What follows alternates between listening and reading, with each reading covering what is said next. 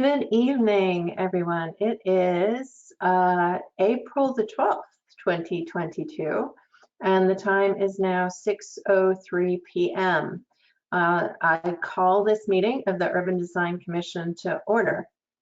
Pursuant to Chapter 20 of the Acts of 2021, this meeting of the Urban Design Commission is conducted by a remote participation. We will make recordings available upon request as soon as possible after the meeting. My name is Sarah Lewis, co-chair of the Urban Design Commission, and we will start with a roll call of the commissioners present. Frank Valdez. Present. Andrew Ava. Tim Talon. Present. Deborah Fennick. Present. And Sherry Rowan. All right, Tim Hood. Present. Also with me this evening is my fellow co-chair, Courtney Kirk of PSUV. And in the background, as always, is Andrew Korminski, the UDC liaison with PPZ. So our first order of business is to approve the March 8th, 2022 meeting minutes. Does anyone have any comments or corrections? All right, seeing none, we'll do a roll call vote to approve. Tim Talon. Yes. Frank Valdez. Yes. Deborah Fennick. Yes. And Tim Hood. Yes. All right. Sarah, we need a thank motion. you. That was just a roll call. Oh, sorry. Yes, you were right. I should have, can I amend that to have a motion to approve? I motion to approve the meeting notes. All right. Andrew, do you think we can let the roll call vote stand? If I have a You are second the motion? co-chair. I second. All right. So motion by Frank, seconded by Deborah. Let's do it again just for safety's sake. Tim Talon. Yes. Frank Valdez. Yes. Deborah Fennick. Yes. And Tim Hood. Yes. Thank you for bearing with me. All right, so design review for this evening. Our first review will be for 256 through 260 Elm Street, and this is continued from March 1st, 2022, when it was initially seen. So the commission will need to take the following votes for this project, and that is a vote on the preferred facade option, whether the design guidelines have been met for the commercial core district, and any votes to incorporate any additional design guidance. So if we could have the presenters unmuted and shared screen, that would be great.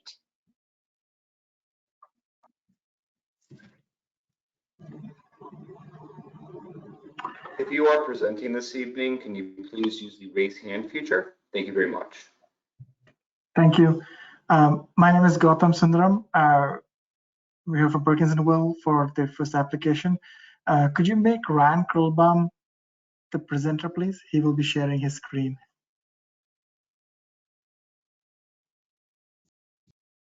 All right. Ryan, you should be all set. Thank you. Let me.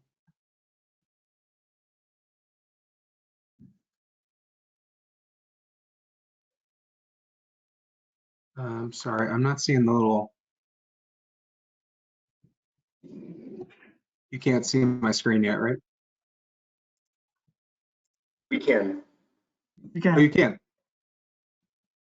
Excellent. So everyone can hear me and see the screen okay? Yes. Okay, great. Thanks a lot. Well, thank you all again for getting together tonight. And we hopefully tonight you will see that we've taken your comments quite seriously and quite deliberately and tried to apply them to both the architecture and the civic space for this very, very exciting project. I'm going to speak firstly on 256 to 260 Elm Street, specifically what would be the architecture piece. And then Gautam Sundaram will speak on the Civic Plaza. And Sarah, just before I get started, would you like to pause after the architecture, or would you like to see both of them back to back? As we have these, I think let's pause after the architecture and see if there are any immediate questions. Okay. And then move to the civic space, because I think seeing them together is helpful to the commission, but we do need to treat them as separate cases. So I want to try to be as clear as we can. Okay, terrific. Well, I'll run through. We have a much more abbreviated presentation for you this time.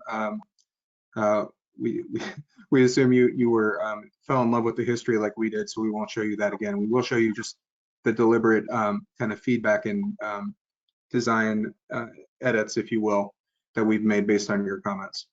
So last time when we met, it's been 7 weeks almost. When we first presented to you all, I think we heard a lot of comments that were quite helpful. One was about, I think Frank had mentioned about how to make the Elm Street corner more inviting. Certainly where that brick pier, I'll show you in a minute, came down and met the street. That's something we've been looking quite hard at. How to resolve the ground floor retail. I know we heard a lot of comments about the penthouse screen height and shadows. We have done another shadow analysis, which Gautam will speak to in the second half of the presentation. So you will not see that part here. You'll see it in the second part as it plays onto the plaza.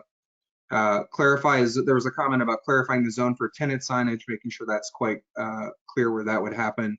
And then I believe Deborah had mentioned a very astute comment about the thinness of the terracotta rain screen we were proposing. So we've taken a look at how to make that a little bit, have a little bit more presence. So just to remind you all, this is the level 1 ground floor, the existing 58-day building where the post office is, just to orient you. And then the project's ambition to kind of line the entire ground level facing Elm Street, the plaza, and Herbert Street with a very vibrant and active retail. Gautam will speak to you some about the updates to the civic space, but primarily we're going to be looking mostly at this corner and this corner tonight, and studying the elevations per the discussion last week, or last time we met. So this is where we were, if you recall. Some of the comments were about how that pier that was kind of transferring those loads was feeling quite heavy on the corner. We've worked with our structural engineer, and we think we've come up with a really nice solution about how to open up this corner and in fact create more of a community porch. And what this does is we still bring the columns down, but we've made a much thinner presence here. Sorry, this is so small, but we've created about a 9-foot space between face of glass and the back of the pier, and roughly a 12-foot wide porch on Elm Street, which we think is quite exciting. It meets the street, we think, in a much more interesting way, allows people to sit between the piers or alongside the piers, and giving that retail much more of a presence on that corner condition, especially on Elm Street. Here you're also seeing that we've made this plane of terracotta we've made it a little bit thicker to address the kind of typical range screen construction, roughly 12, it could be 8 to 12 inches deep. Here we've shown it 12, and perhaps we could start to study the end in the plan detail that could become later on. So this was a first pass at trying to pull back at that corner, create a more active kind of edge there, which we got pretty excited about, but we couldn't really help ourselves, and we just thought, well, wouldn't it be interesting if there were balconies there also? So not only that kind of, not only would you kind of have that terrace that could overlook the plaza and have this like really interesting exchange visually, but what would happen if that could happen on the second and third floors as well, creating what we think is quite an active and vibrant section condition on that corner. Here's a view a little bit closer at that kind of porch condition, the chairs moving in and out, how that might play with the ground level of the plaza, and then again how that that balcony condition could help break down the scale, the kind of porosity you're seeing through the retail. We became pretty excited about that. On the backside, we heard the comments last time about exploring a different facade treatment. So we did want to show you that today. We still believe that these kind of drawers that pull out are best expressed in terracotta, but we certainly wanted to show you all what would happen if it were a brick plane that was more in line with the 58-day building. You know, perhaps it's a precast brick panel that has, you know, stacked joints that has a slightly different kind of texture or kind of tactile treatment to it, just to give a little differentiation from the brick box behind it. Again, you're seeing that kind of continuous sign band that kind of wraps the whole retail frontage, which we think is starting to work. And again, here you're starting to see a little bit hidden by the tree, starting to see these little balcony conditions. And finally tonight, last time we had talked a little bit about doing a kind of whole elevation along Elm Street to see how the building felt with the 4-story volume and the kind of massing maneuvers that we've tried to encapsulate to try to capture and reduce the scale and bring the kind of the pedestrian experience into the forefront. So again, the recessed retail ground condition, the two-story terracotta drawer, if you will, and then the 4-story brick volume kind of set back from the street. So you're getting a kind of entire street elevation. So let me pause there. And Sarah, if you, I can't see the screen, so you have to forgive me. So if there are comments, I'm happy to go back through and try to answer them the best I can. All right, I will open it up to the commissioners to see if there are any comments or questions. Or if you're ready just to move forward to the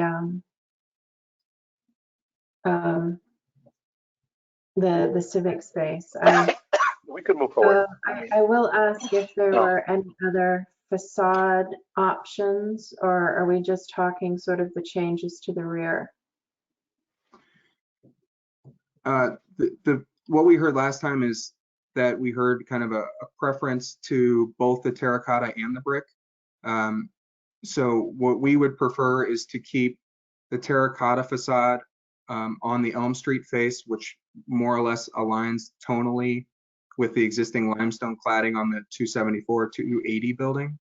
And then if on the back side, we also would recommend terracotta, but if you felt very, very strongly that wanted to respond to the 58-day brick, we could certainly investigate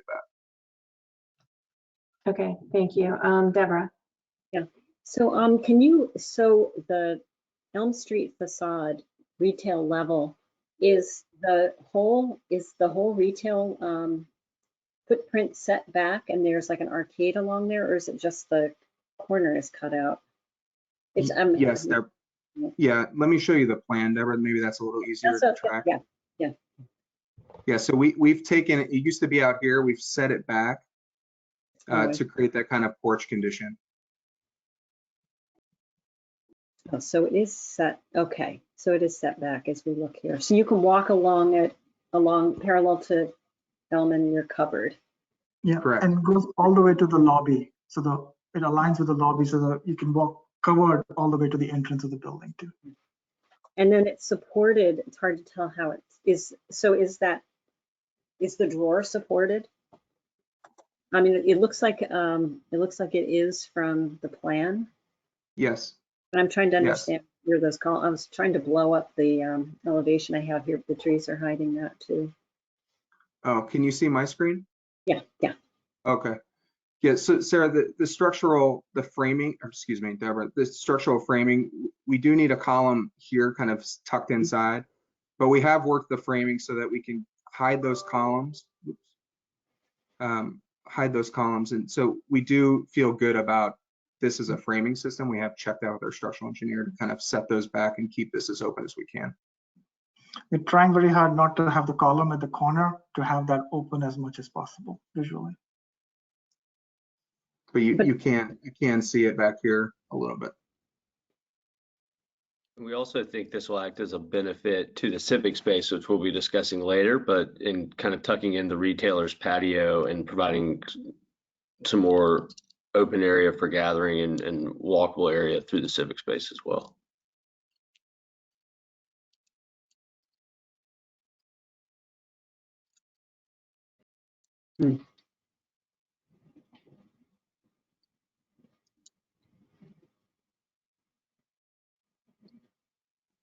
And so the glass, I'm still trying to, so can you trace the glass on your plan? And then what does it do? Oh, then it goes, okay.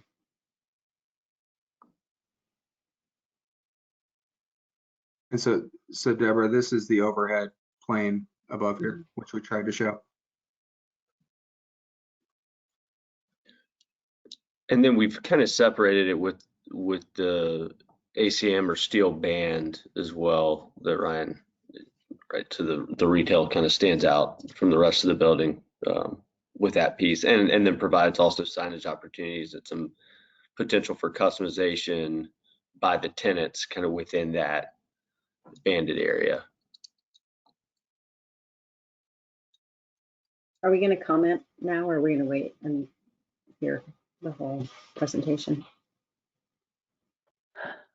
I think that's up to the choice of the group, how you would like to proceed. Happy to talk about this now. I'm sure after seeing the civic space, there'll be some additional comments. Maybe we take the votes together, but happy to talk now. Okay. Fire away. So you can keep going, Deborah, if you want. Okay. So the screen, the terracotta element pulled out, I think, so there's something that bothers me about the tectonics of it. I wish it was more of a screen, and I guess it has, it's operating almost as if it's a brick wall as you have along in the open space, and I guess I'm imagining that if it felt more like a surface with screen, did you consider putting baguettes or something like that in what are the window areas, and really treating it as a total surface, not a surface that's vertical cutouts in it? I don't know. I think it would be more interesting, more convincing as this drawer idea. I'm trying to embrace the drawer idea. Yeah, something like that actually just completes that surface. Your glazing's, behind that. And then I feel it would be more interesting if it were felt like it was floating a little more. I mean, I don't love the dark band on the supporting the second floor. I feel like it could be a much lighter expression. Anyway, that's just how I'm reading this, I guess. And I do like the light terracotta. I think that is. I like the counterpoint with the brick, and again, the separation from the tectonics. What seems a little bit tectonic to me with the window openings.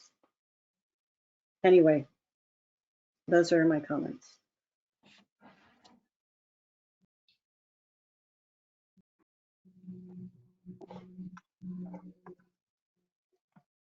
The big gesture of pulling back the ground level and creating this arcade space, I think, is a good one. I think it will help. I think it helps the corner, but I think it'll also help draw people into the space as well. And I think what you said about providing space for retail to spill out and kind of this intermediate zone between the civic space and the face of the building, this deeper frontage zone is good. I think that's an improvement. The balconies at that corner are an interesting idea as well. For me, I think it still feels like it could benefit from an additional level of refinement in terms of how all these parts and pieces are coming together. Especially how that big brick pier comes down and the plane of glass in the balcony kind of meets the outer edge of the brick pier. It kind of feels like if that's something, if that's like the reveal in between this plane and then the brick volume, does that actually want to be pushed back and maybe slide behind the brick pier, and so you reveal that depth of it? Same thing. And then how the, so I'm not sure how I feel about the band yet. I almost want to understand a little more about how it sits relative to the plane of the terracotta. Is this proud of it? Is it really a base on which the drawer is sitting on? Is the terracotta proud of it, and the plane of the storefront is pushed back behind it? There's something else at that corner. Those three things coming together: the balcony, the terracotta, well, four things: the brick pier, and then this band. That would benefit, I think, from some additional study and refinement.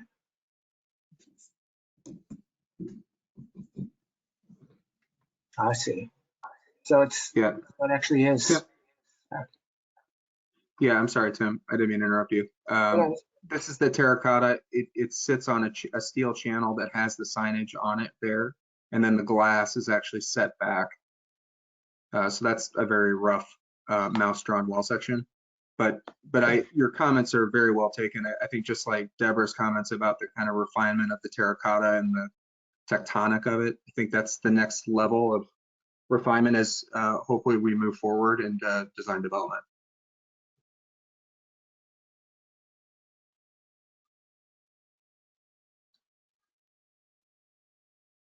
Frank, you're muted. Sorry, talking to my kids.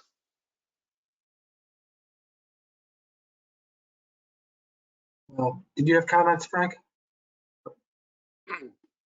No, I mean, I agree with a lot of everything I'm saying. I think it's the moves that have been made are very successful. I do like the arcade a lot.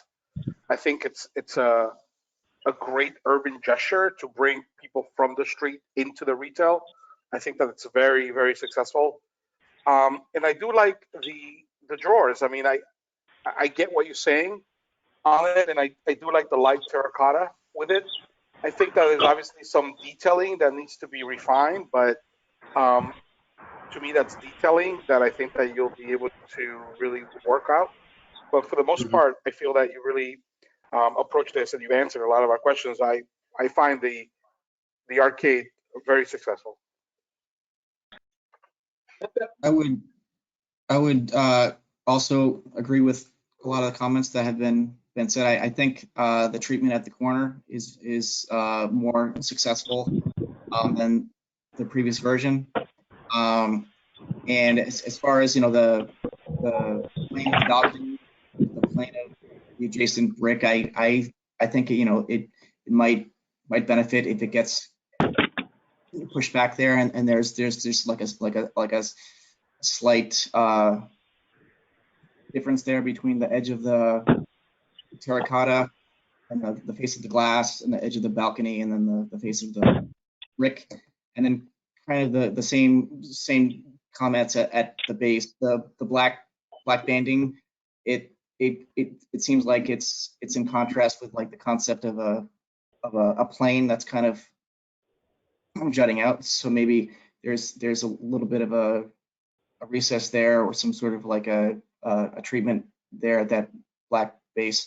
I like the use of the terracotta in contrast to the brick, and the ground plane with the glass being pushed back, I think is very exciting. So I think that's a good move. Yeah, I agree on the materiality. I like the terracotta as well. I think that's a good direction. I have comments on two other items, but maybe one smaller one as we're looking at this view. Just looking at that lobby entry, where, yeah, exactly where that's set back. I wonder if that could also, well, it feels dark looking into there, and there's the potential for perhaps that retail space. You know, maybe looking at, does glass come around the corner? Do you express the depth of the brick pier there in a similar way as the others? the brick pier and a window up to the lobby. Now, maybe the glass doesn't go all the way back to the lobby glass, but that could offer an interesting little vertical picture window. And yeah, exactly, something like that. The one thing I've been thinking about is, and I commented on this the last time, is the difference between the Herbert Street and the Elm Street elevations. I think, and I know you've explored different materiality, but I guess what I was hoping to see, and I'm curious if you looked at this, was a little more exploration of the form on the side, not just changing the materiality, but finding a way to differentiate this side, smaller scale of the surrounding buildings and the adjacent streets, because I think these are two very different contexts, two very different streets, two very different contexts. And I think in any of the options, the window bay, the pier spacing, it's the same spacing on both streets. And in fact, because of the change in elevation, I think this is actually taller than the facade would be on Elm Street. Yeah. Yes. And it's wider too. It's a couple window bay. I'm realizing that because of the plan. So it's actually a much larger facade than would be facing on Elm Street. I had in my head, does this instead of being one large drawer pulled out, does it get broken up into smaller pieces? So there's a vertical separation between multiple pieces. Yeah, exactly. Does that break happen? Is there a natural break between where there's retail frontage and then where it's kind of the back of house frontage? Mm-hmm. Are there other ways to kind of reduce the scale of this side of the building? Yeah, Tim, to follow on what you're saying, I feel like it could come to the ground, or maybe the whole thing slips down. It isn't necessarily that it just gets, more terracotta so that it touches the ground, or it gets close to the ground. But I feel like that adds to the scale you're talking about in my mind, Tim. That if a part, it contributes to it. A piece that comes to the ground, and then there's a piece that's still up and it gets broken into two. Something like that. Not broken, divided into two.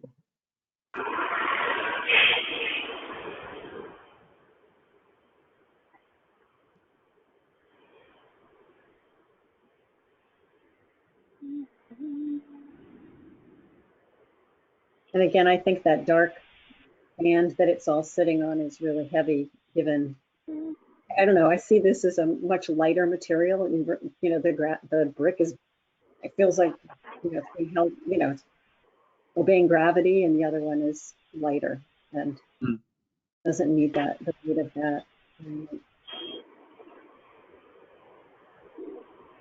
But I have one question, which about a building you haven't talked about. I'm just curious. Back on Elm Street, the building, what is it, 274 Elm, so that building. So something that's always felt foreign or disrespectful to the architecture in Davis Square, those brick-based infill bases. And I don't think they're original. I think those are later additions, but that stuff. I was wondering if you've rethought that. You put any thought to that. They're very strange. I think they're very strange. Maybe people love them. They're around the corner, at the post office, those. Yeah. Yeah. Someone got a good deal on beveled sills. Really off-putting, it sort of fortifies those retail spaces, which I think is really unfortunate. And since you guys that's a part of your block, I thought maybe we could look at that. It's the same brick veneer that was added to the original building at 260 Elm, we think sometime in the early 70s. And I think at the time they did it to try and tie everything together and make it kind of consistent across the buildings. I think you're right. And I will say, really, we have not or don't currently have anything planned for facade improvements other than, maintenance, tuck pointing, and then all new storefronts for those buildings. But also, we're not in love with that brick either. So, I mean, I think we could explore some finishes or a tile or something there. But it's currently nothing is planned with the redevelopment of that. Or something that is not masonry, that infills it. Yep. You're sort of making a relationship with materially in the building, to leave that with that awkward gate. Anyway, especially on Elm, not necessarily at the post office side, but it seems like something it's modest and would make a huge difference. It stands out more with the light facade on Elm. Then it kind of blends a little better on 58-day with the masonry there for sure.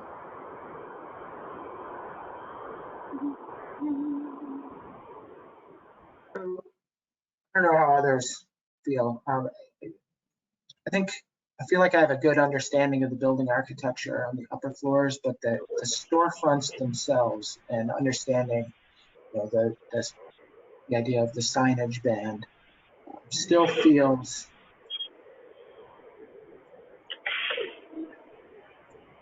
like it's not either underdeveloped or not really realizing the potential for what a building in Davis Square, which is really defined by these multiple individual storefronts, and should feel like. I wonder if the big horizontal band is really working against the admirable thing that you're doing, which is providing multiple small retail spaces within the building. I don't think it wants to feel like one continuous band with a bunch of signs added to it. I think it wants to feel like multiple individual storefronts within the same building, multiple individual retailers.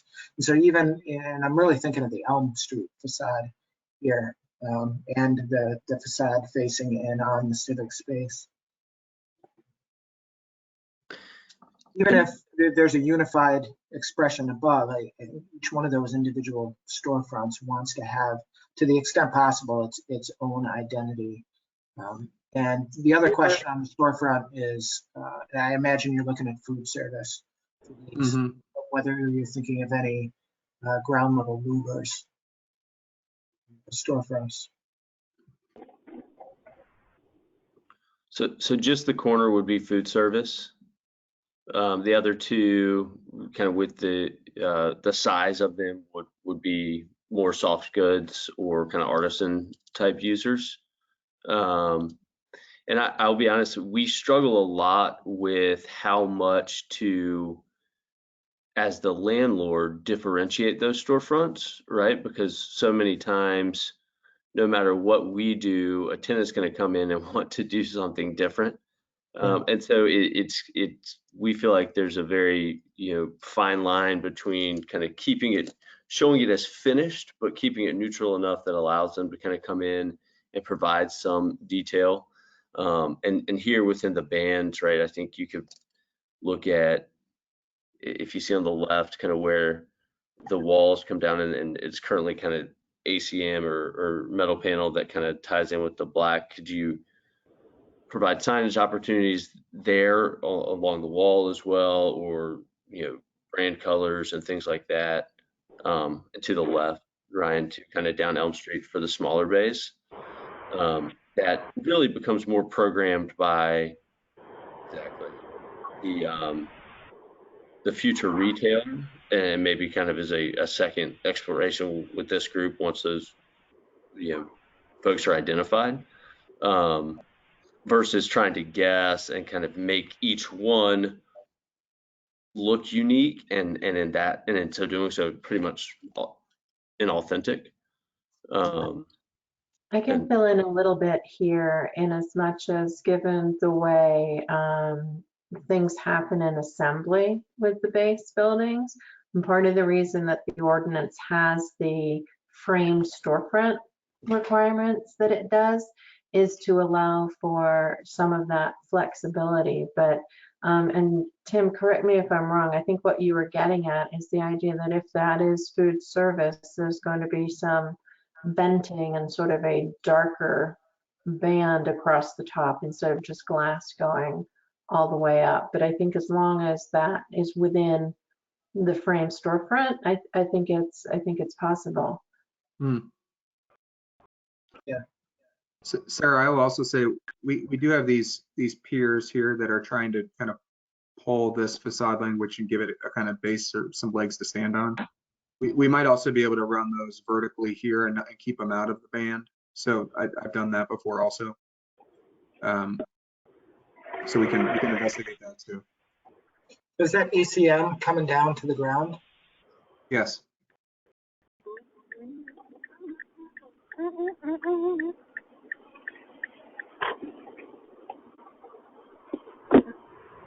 Right. Just to remind everyone, we are out of where we've been talking for more than 20 minutes as discussion. So I know you wanted to move on to the civic space before we took any votes. So if you want to keep talking, it's your choice, or we can go on to the next presentation.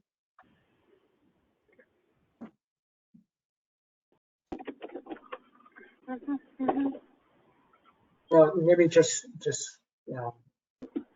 continuing the discussion of the retail storefronts. I think the way you described them is kind of an armature for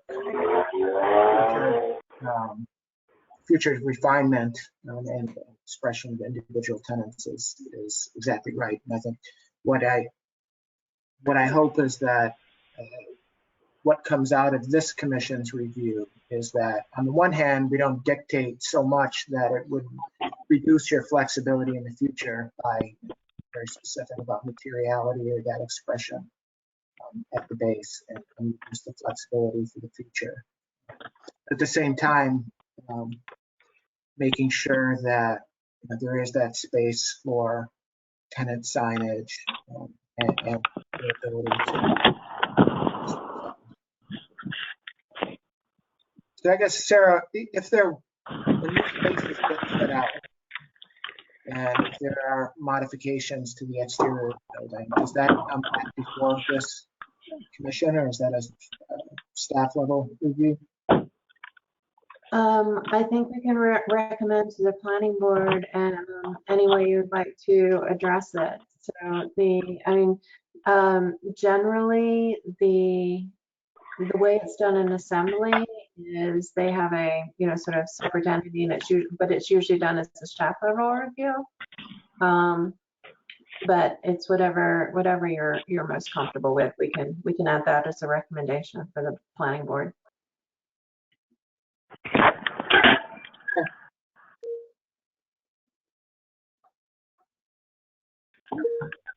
Unless others have comments, maybe we can move on to this space. We're getting a bit of feedback too. So if somebody is not speaking, could I please ask that you mute yourselves?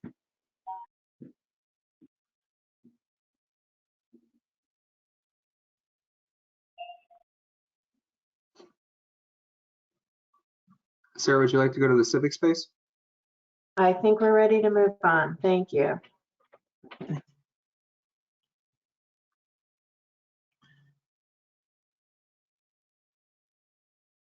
Thank you.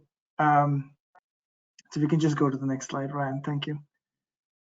So we had a great conversation last time, and quoting some of the comments, it felt like there's a strong armature for the overall open space of how it holds the programs together, but to really look at ways that it doesn't feel like it's a linear corridor and doesn't leak out. Can we break some of the linearity of the benches to create moments of community spaces and seating? A lot of discussion on the penthouse screening and the shadows from that and how it may affect the trees. So you'll see some of that. And a little bit more specificity on the light fixture, especially the catenary light fixture as well. Looking at the brick as well. And so we've done some studies on that. of how we can incorporate some of the brick and our recommendations on that. And then just looking at from the overall programming standpoint, we've come back with many metrics of, the different programming scenarios, what can we accommodate, and we'll start to see some of those aspects laid out too. So with that, so this is sort of where we were. This is the ground floor plan that shows, as Ryan described, all of the ground floor retail that really frames the civic space. This is what we shared with you last time. The idea with that central band, the darker band that incorporates the handicap accessible ramp as well, and then with the one big planter facing towards Elm Street over there. So after a number of iterations, there were two that we want to present with you today. The first one, which is on the left, maintains the overall materials similar to what was shown before, which is of the precast pavers standpoint. You'll see them there to be the darker bands. The other thing is within the larger planter towards the north, as it's facing Elm Street, we've actually bent that to really create more opportunities. You'll see some perspectives of that too, of community spaces where you're facing each other, or you're facing some of the movable table chairs, and it doesn't feel like it's a long linear bench. Trying to really break up that linearity as well to create more pockets of spaces as well, and creating more opportunities for benches facing each other, and you'll see more of that in the ground floor areas. The second option looked at exploring brick, and brick as a way of tying the two buildings together. So you have the existing brick building where the post office square is, and then the proposed brick building, and to look at the bands that go between the two as the brick bands as a way of stitching them together and exploring different ways of how brick could be incorporated as part of the overall site materials as well. So with that, let's look at the first option, and maybe it'll be easier to go to the ground level views and you can see more of those in detail. So this first one is where it's a view from Elm Street looking into the plaza. So what you can see now is that the planter is more framed by a series of benches, and the benches could be also changing in direction as well, where they could be facing each other. The inset view shows where it was before, so in case we need to get to that later.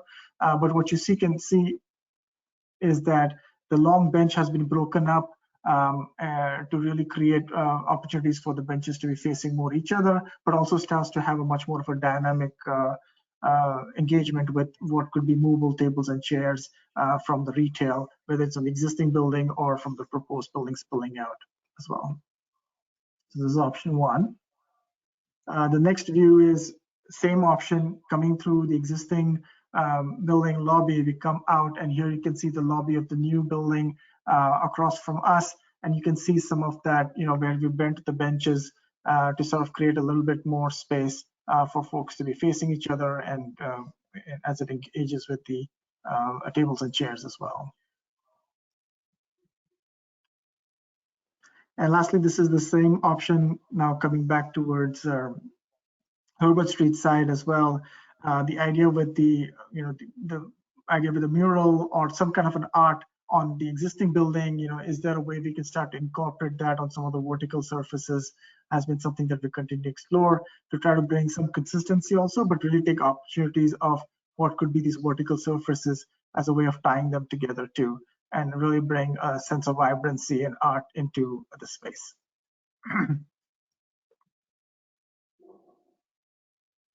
And this is a view at nighttime. The other comment was also mentioned last time is with these columns that we had with the light poles, is to look at maybe incorporating some art or mobiles at the top of them to bring some art into the columns themselves. And so we looked at one of the precedents that was mentioned, the Prudential Plaza, and we're looking at how we can incorporate some of those mobiles as part of the light columns. Our only concern with this, and love for Courtney also to comment on this, is that I think that the space is not very big, and we're a little concerned that the more we add into it, it's going to start to get more and more fussy. And sometimes the simplicity and the elegance is to keep it calmer and be bold with the elements we have. But we've studied this on your suggestion, and of course look forward to your feedback on that. So this is all option one. Option two, so this is the one where we try to look at incorporating brick And we use brick as a way of tying the two buildings. That's why the crisscross bands are the ones that we've used brick for. We did explore the idea of brick for that central band. The reason why we're not recommending that is because it's a handicap accessible ramp, and bricks tend to have, they're having concerns with it becoming a trip hazard, and we want to make sure that that stays flush as much as possible. So we've not recommending the brick for that central band. You can just jump into the ground level views. So this is the view where here you can, I'll just highlight the main differences is that you can start to see the bands of brick going all the way across. They not only define the planter, but they're a way of sort of connecting the two brick buildings as well. We will have brick along the sidewalk of Elm Street as well. And so here is the same view coming out of the lobby of the existing building. You can see the brick band coming across, connecting to. And lastly, this is from the Herbert Street side, but there is no change really on this side because we didn't have the brick bands here. Gautam, can I get you to pause just for one hot second? I just want the record to show that Sherry Rowan has now joined the meeting. So Okay. welcome, Sherry. So carry on, sorry about that. No worries. A lot of the other elements that we discussed last time are continuing to be the same. The idea of the catenary lights go from end to end all the way from the plaza edge to the end. Continue to give that sense of ceiling as well. There will be cutouts where the trees are, so that's where the light columns are. It also helps us break up the span to let the trees grow through them as well, but it gets a sense of ceiling as was acknowledged last time. Okay.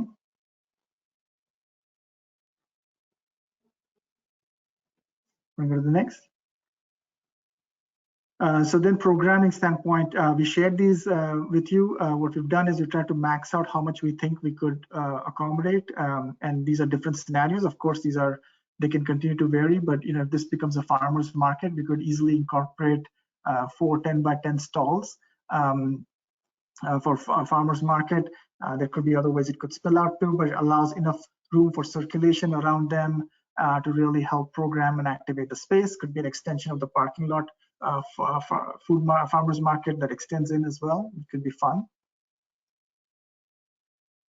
The second is if you have to have sort of an impromptu music concert or some kind of an event, we could easily accommodate 400 to 500 people standing with a temporary stage that's created more in the middle of the plaza itself. And so this has all been laid out, so it's quantified based on the size and the number of people it can accommodate.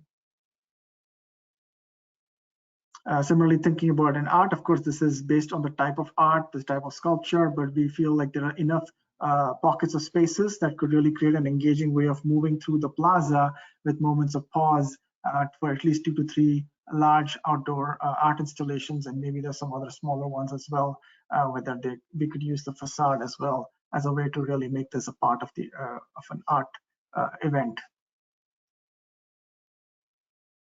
And then lastly, looking at it from a food festival standpoint, I think we can incorporate many outdoor food sort of benches and stalls, and that really could be a series of different tents and setups, or it could be a series of tables and benches as well. And that could really get us a significant amount of programming within there, whether it's a combination of benches and tents. So you could see the 2 tents and then a series of benches for outdoor seating as well as a food festival. Really, for us, it's critical that the plaza also is flexible, that allows for many of these programming opportunities, because we feel like this could also be the beginning of many traditions and cultures that makes Davis Square so unique, that this becomes the home for many of those traditions as well. Lastly, touching upon the materials, one of the things that we've wanted to make sure that the catenary light, and we've noted the product sample over here as well, is something that is a robust fixture. It has been used widely in many installations, but it also gives us the flexibility to change color indexes. So, based on a certain theme or a different time of the year, we can adjust the colors as well. That could really start to bring in a whole dynamic color and vibrancy during the nighttime, especially during the winter months as well. That could be tied to many things, like from the pink color for the Breast Cancer Awareness Month and July 4th, or any other different times that we want to sort of bring some of that color into the space. So those lights will be able to incorporate that. Lastly, to talk about the shadows. So first I want to clarify the penthouse. So here you can see a section on the bottom right-hand corner where it locates the overall height of the building is at 65 feet. Here you can see there's a 15-foot setback, and Ryan, maybe you can just zoom in. So let's first walk through the section so they see the dimensions as well. Perfect, thank you so much. So here you can see that there is a 15-foot setback from the building face itself, and then there is a 15-foot high screen for all of the mechanical equipment on the inside. So the total overall height is about 65 feet to the top of the parapet, and then you have the screen on top of it. So it's sort of a little bit like a wedding cake section. So there's a 15-foot setback on the plaza side, and there's a 10-foot wide setback against the neighbors themselves. And so next, I'd like to show you some of the shadow analysis. And here we've taken our, that lays out all the mechanical equipment. This is just a reminder you have 10 minutes left to present. Okay, yep, these are the last 3 slides. Thank you. So this is showing you the existing shadows during the 3 times of the year. So this is looking at only the existing conditions. As you can see, during the winter months is where most of the plaza is in shadow at the bottom. And we can go to the next. So if we first just took the massing that we have without the 15-foot screen, here is what you see as the shadow. And the red outline shows you what the existing massing shadow would be. So for areas where we are currently in shadow, you can really see the comparison for itself. It kind of speaks for itself. Now this, I want to clarify, this does not include the 15-foot high screen. Next one. It's like a drum roll. Sorry about that. So this one now shows you with the 15-foot high screen. And so what you see highlighted in the red outline is without the penthouse screen. And the reason why we're highlighting this is that to show you the difference that with the penthouse screen, it's really not affecting as much as the shadow within the plaza itself. And we've had conversations with Courtney from PSOF as well. We feel that the trees we're recommending, the honey locust trees, the urban trees, will do well in this condition. They are shade-loving trees, great urban trees, and we feel that the trees also bring a sense of scale and really make it a place for pause too. And we feel it'll be successful with the trees, and we think that adds value to the space. Okay, I think that's it.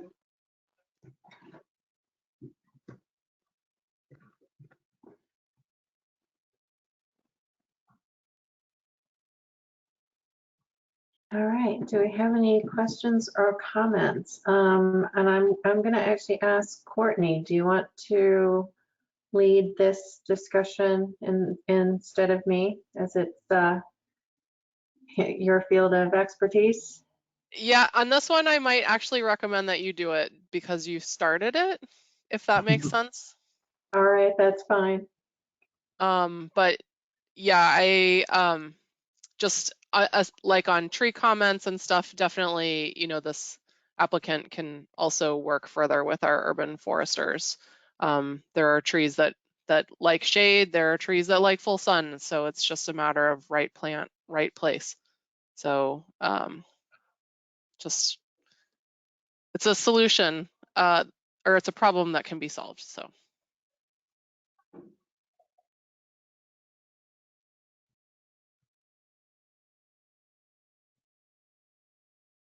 All right, so I'm going to throw it to the commission. Questions, comments, preferences?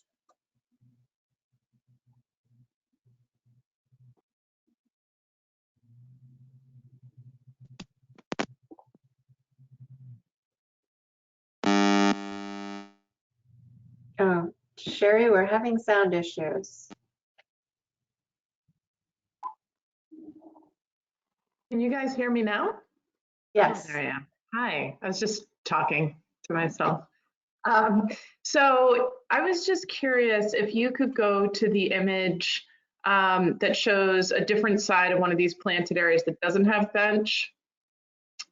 Yeah, this one. What is the edge there between paver and planting? So we'll have some kind of a edge restraint over there to hold the pavers, whether there's a metal edge on the inside of it. Okay, and then that will be around the entire planting area, and then the bench is set, again, it's the footings go into the planted area, and the pavement is not permeated by the bench? The paving is all permeable pavers. Yeah, I mean, the stanchions for the bench don't penetrate through the pavement, they're set in the planting? They will penetrate through the pavers. So Okay. we want to make sure that the pavers come on the top, and then the stanchions will go through the joints. Yeah, it's hard to see. Okay. But it's a monolithic base, Yes. not legs. Okay.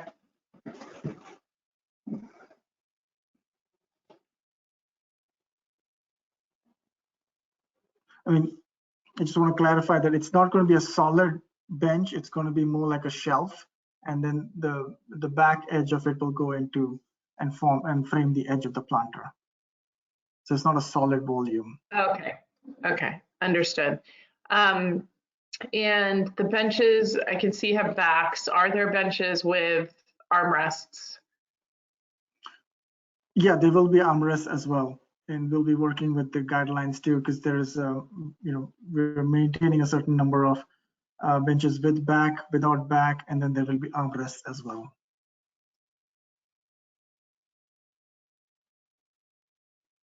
And just for your information and reference, the civic space guidelines requires a certain number of length of linear feet of benches, a certain square foot of planted areas, permeable areas, a number of trees. So this concept reflects meeting all of those requirements and exceeding some of them. And what about the rest of sort of the site furnishing palette? You've got movable tables and chairs, and what about trash receptacles or any of those things?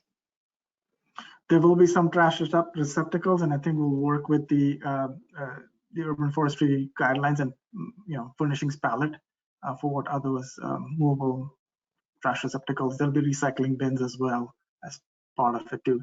These will be more of the fixed elements, trying to bring in more wood for warmth and really bring a different texture there. Yeah, if I can just jump in, there are a number of design, or I should say, there are a number of requirements that each civic space is supposed to provide. And number one is a trash and recycling solar compactor. That's a requirement. And then based on square footage, there are additional receptacle requirements. Same with, depending on the type, a certain number of linear feet of seating, a certain number of large trees per square foot, and a lot of elements are very much prescribed with the new civic space zoning standards.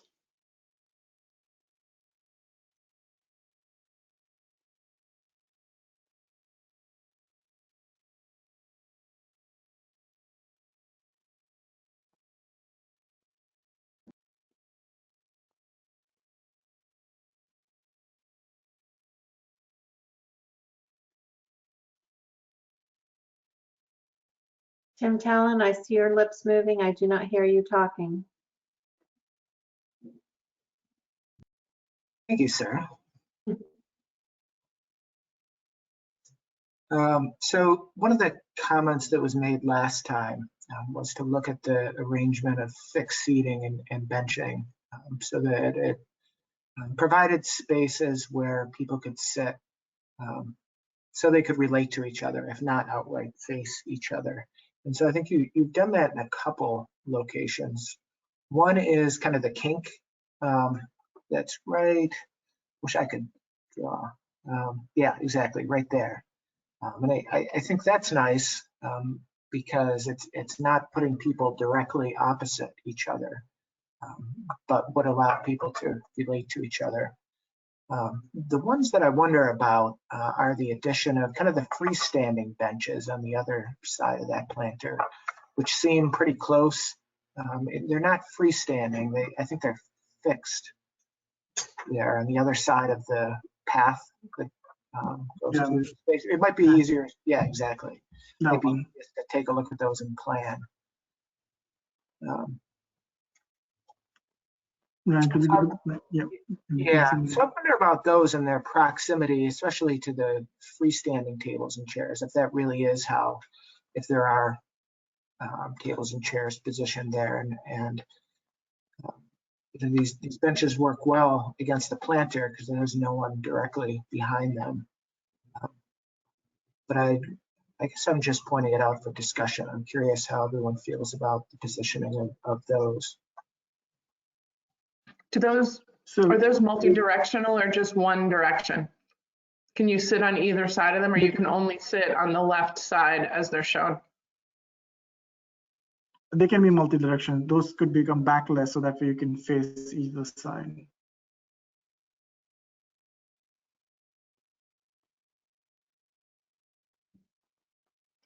And what we tried to do is, with the idea of the porch, we thought maybe there's one section of the bench we can pull out because now we've got a wider space of how the seating is, as also as a way to sort of disconnect with the benches along the planter. So it doesn't feel like it's one long bench, but now there's a staggered arrangement. Yes, I guess I'd feel better about it if they were backless, just providing people the ability to, the way they're rendered is with the back, but they were backless. Agree. That would provide a little more flexibility. Yeah, I agree. Those should be backless. And while you're on this slide, I think that corner there, actually where the bench extends past the planting, is an opportunity. If you either did two benches back to back and connected that corner, that's another place where people could sit in a group, a small group, without much of a force. And I think it would be valuable. Otherwise, the space there feels a little bit forgotten to me. So if you were to, either it's like a double-sided bench, like if the back is shared and you have two cantilevers out from the center line, potentially, and then you create this corner there. Yep. The bench wraps around the corner there. Yeah.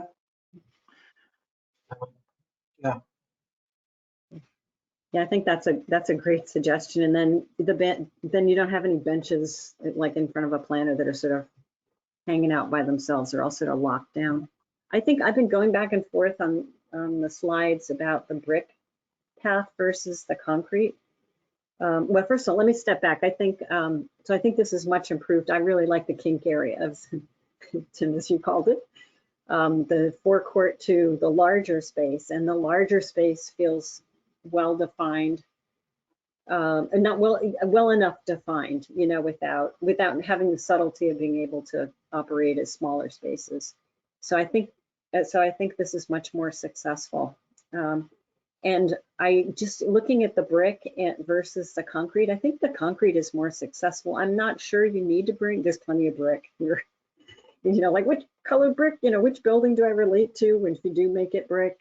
I think it just all being concrete, and the line, that line, that direct line from Elm Street across to the ramp, I feel is a little too strong with the one that's brick, but it gets sort of broken down, with that larger gray triangular area that's a part of that bigger area. So I guess I think the stronger one is the one that's all concrete, and I think this is much improved, and I'm happy to see it.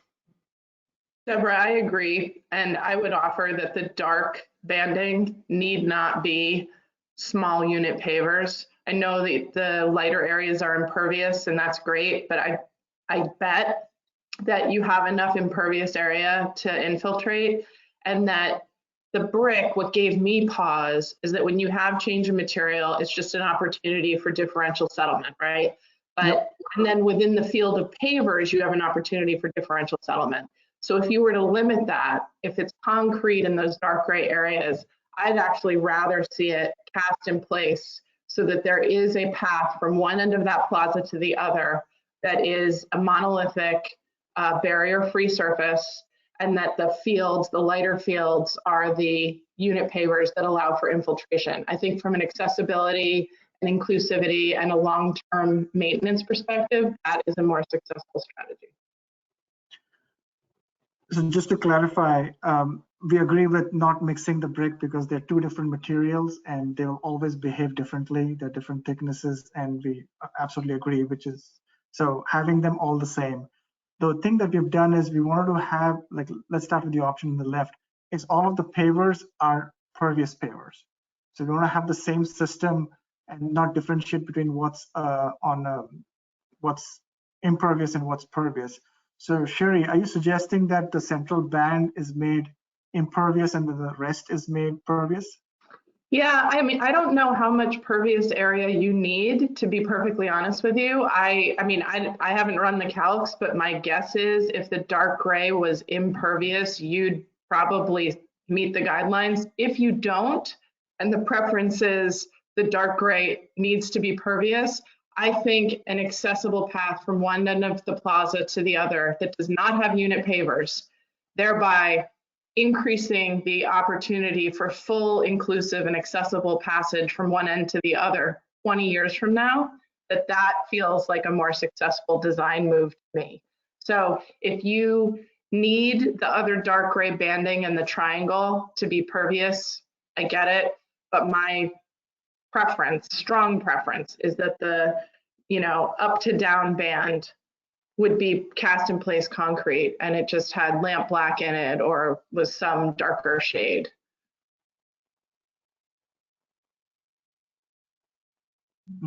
Okay. I think my initial reaction was a preference towards the brick option, but as I kind of thought about it more, I was trying to understand how the brick responded to the facade and the brick piers that were coming down to the ground, and it seemed like there wasn't always a correlation between the brick in the building and the piers that meet the ground and the path. So I think just in terms of how the path and the building meet, I think the concrete would be a little bit easier to rectify any design differences between the plaza and the building.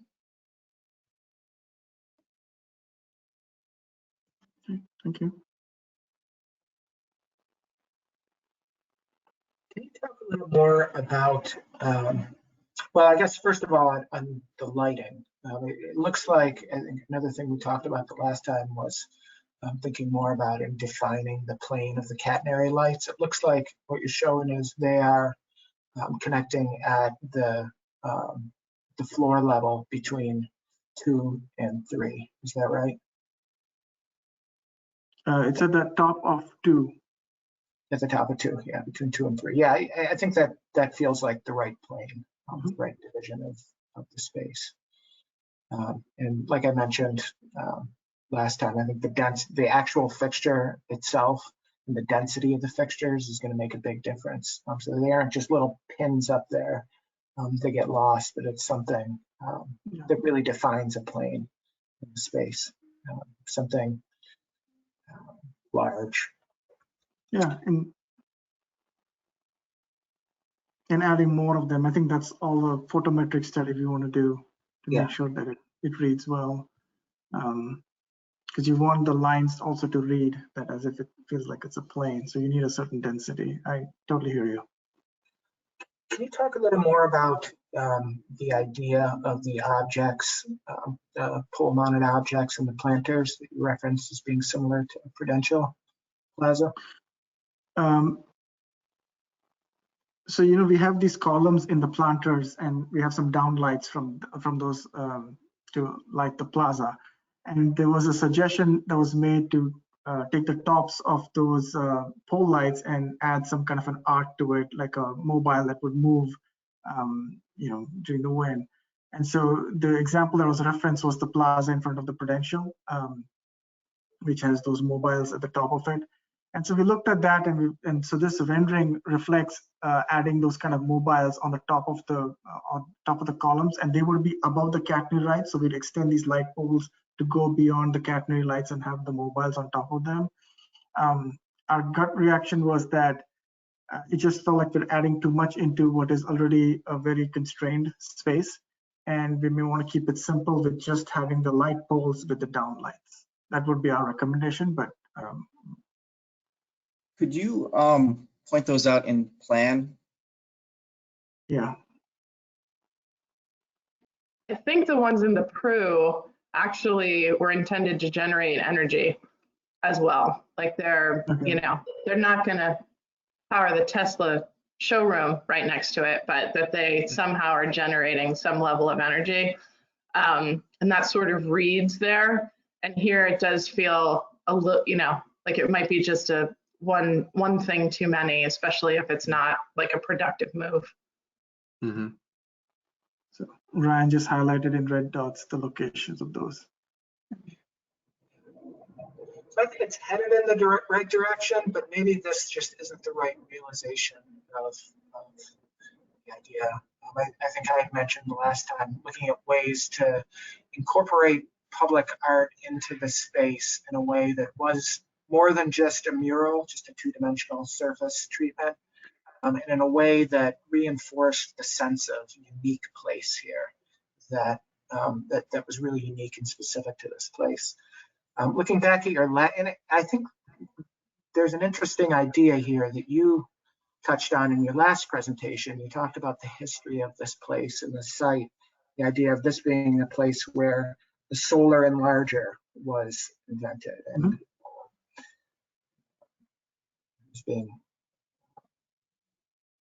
I was also thinking, I read an article recently, it seems like William White, the urbanist, is in the news a lot lately. Somebody must have wrote a book.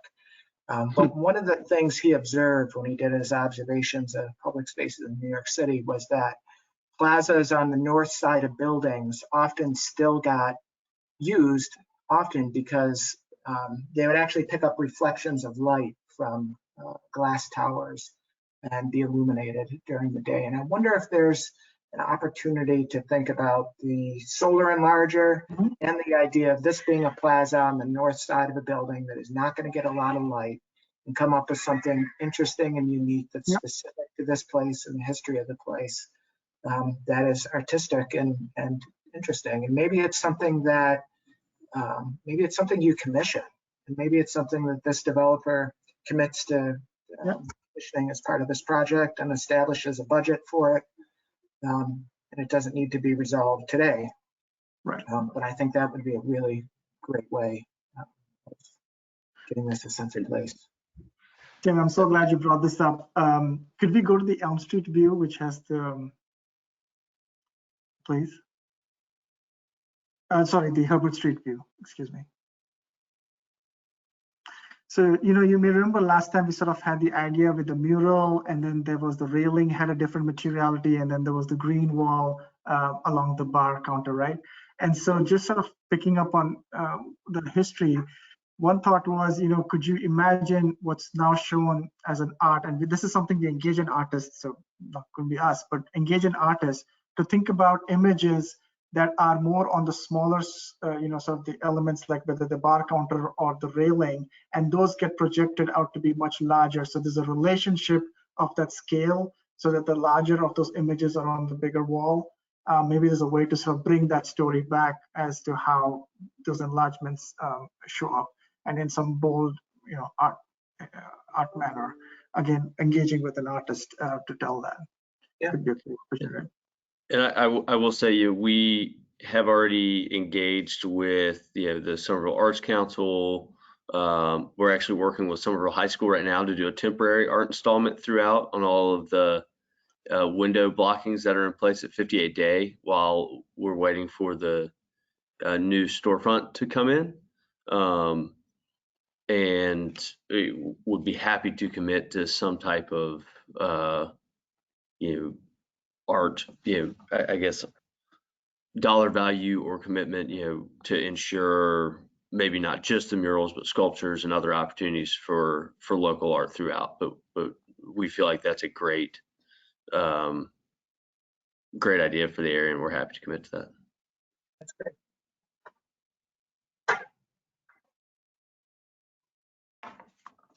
I was just pointing, one other precedent nearby over at Seven Hills Park, right beyond the Davis Square T-stop. There's both the sculpture of the mines, but then there's also the pole-mounted sculptures talking about the different hills of Somerville. It took me years before I actually realized those were up there and stopped and looked at them.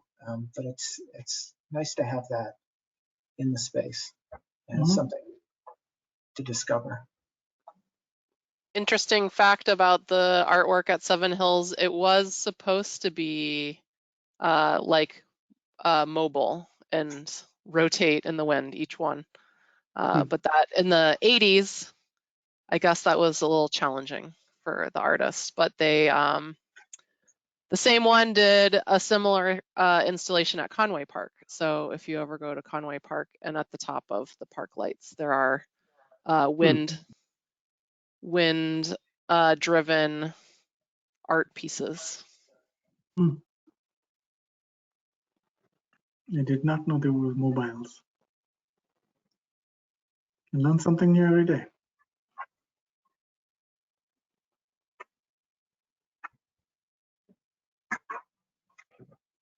All right, so we're actually over time on discussion. Are we ready to take some votes, Commission? I guess so. Where I'm at, after having seen both projects, which I think both have seen significant improvements from the last time. I'd be ready to vote on the civic space and incorporate the feedback that was given tonight without seeing an additional refinement, or seeing it come back. The building architecture, I'd be curious to hear the other commissioners think. I would like to see additional study of the Herbert Street facade in particular, some of the comments that were brought up there. I would agree with that. I think I would be ready to discuss vote the civic space, and I think the Herbert Street. I do think comments that Tim made. I think are good comments.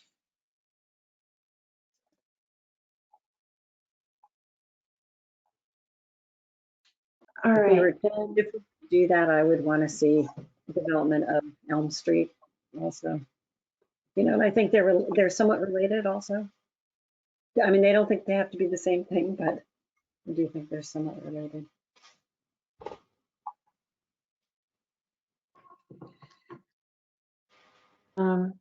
now we do have I know we've been trying to stick to 2 design review sessions for the different pieces, but if there is, sort of something that we can condition for the team to look at, and then recommend that to the planning board, or if you really do want a 3rd session, I just trying to give you options of how we move forward. I do think we did not vote to designate a preferred facade option last time, but we could vote on that today. I was going to advise that, since we've been talking about the building design option 1, and I believe it was 1A that we've been pursuing and want more detail. So I think we can take that vote. But it sounds like we do want to continue for the architecture to a 3rd meeting, correct? Okay. All right. So I would like to entertain a motion for the building at 256 to 260 Elm Street in favor of facade option number 1 to be further explored. Do I have a motion?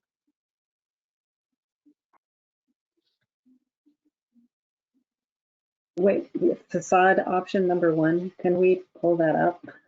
Yeah, yeah, I don't know if you guys have the options from the previous No. meeting, but it's basically facade option 1 is the one that has been further explored and presented at this meeting. Actually, I think that might have been number 3 last meeting. Yeah, maybe I got the number wrong. It's 3. It's 3, okay. All right, I apologize. Then I will entertain a motion for facade option number 3 with a few more tweaks to be discussed at the next meeting. So option 3 is the preferred design option. So moved. Yeah, for both faces, correct? Both streets, both Elm and Herbert. Herbert, correct. Yeah. I think this facade without that black band on the bottom looks better, by the way. Just saying. Can I add to that? I mean, what was presented today, there was it looks like it was terracotta option and a brick option. I'd like to suggest a motion to move forward with the terracotta.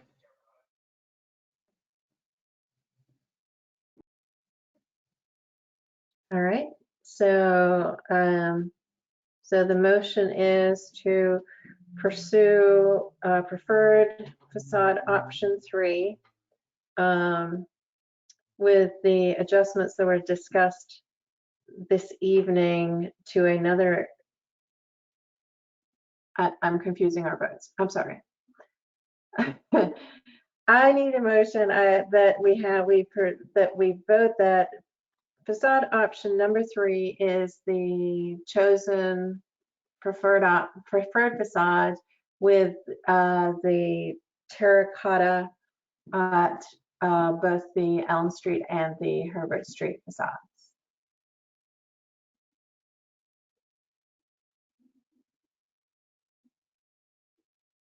Okay.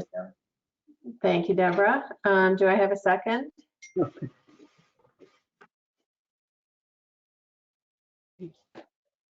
I'm sorry.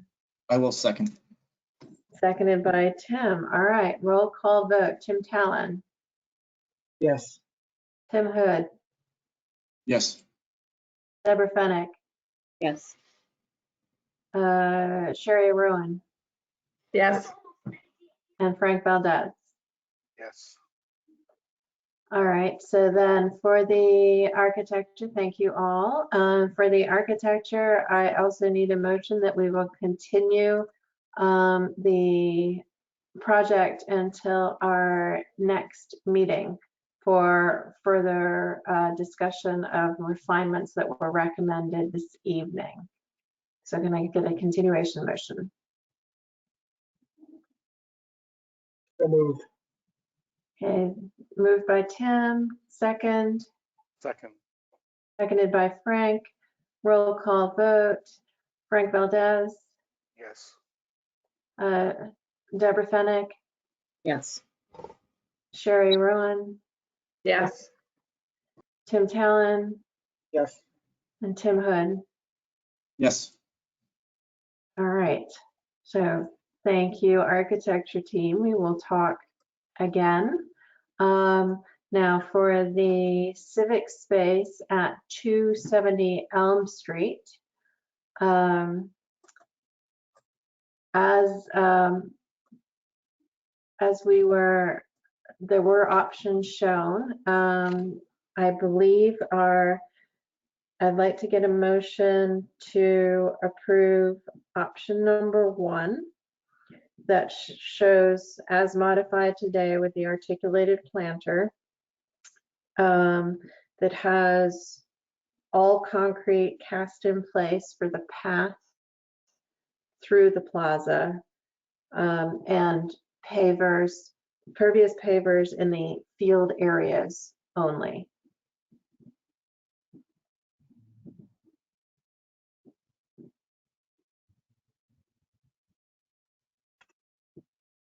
Does that sound right to everyone? Yes, that sounds right. All right, so Sherry, if you don't mind, I'm going to take that as a motion. So moved. Thank you. Can I get a second? Second. Second by Deborah. Roll call vote. Tim Talon, Yes. Tim Hood, Yes. Deborah Fennick, Yes. Sherry Ruin, Yes. and Frank Yes. Valdez. Yes. Okay. We also, do we have a motion that design guidelines have been met for the applicable district? Which in this situation is the commercial core, but I think that's slightly different for civic spaces. Through Block Plaza. Through Block Plaza, thank you.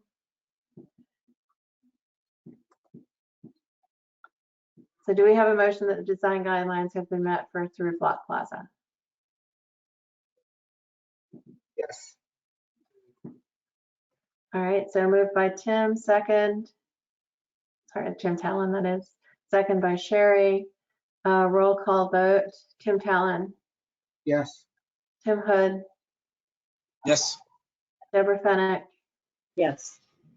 Sherry Ruin, Yes. Yes. and Frank Valdez. Yes. All right, and then the last vote we need to take is there any specific additional guidance, design guidance that we want to vote to incorporate besides the concrete that we mentioned in the first motion?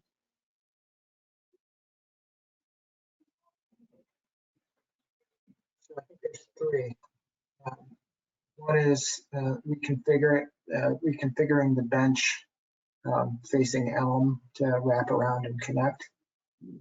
And just to be clear, I want to make sure it's clear, the goal there was so that the benches met to create a zone where 2 people sitting would be sort of together, not just that the bench wrap around the perimeter, creating out. Okay, thanks. I got it. All right, so we have a motion that the bench at the Elm Street end So I think wraps. there's 2 others. Yep. One is providing, I think, additional detail when this comes before the planning board on catenary lighting, including fixture density and type. Okay. And then the third was refinement of sculptural art, commissioning of an artist and commitment to perhaps a budget for that.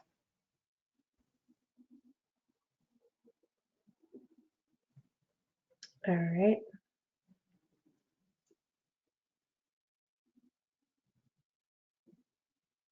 Okay, so did everybody get that? That sounded like a good motion. I second that. All right, seconded, so moved by Tim Talon, seconded by Frank. Roll call vote. Frank Valdez, Yes. Deborah Fennick, Yes. Sherry Ruin, Yes. where am I? My 2 Tims. Tim Talon Yes. and Tim Hood. Yes. All right, there we go. Civic Space has passed with the additional comments that were made this evening. So thank you all. And we will talk to the architecture team next time. Thank you. Thank you. Thanks. Thank you. Thanks, guys. Thank you. Take care.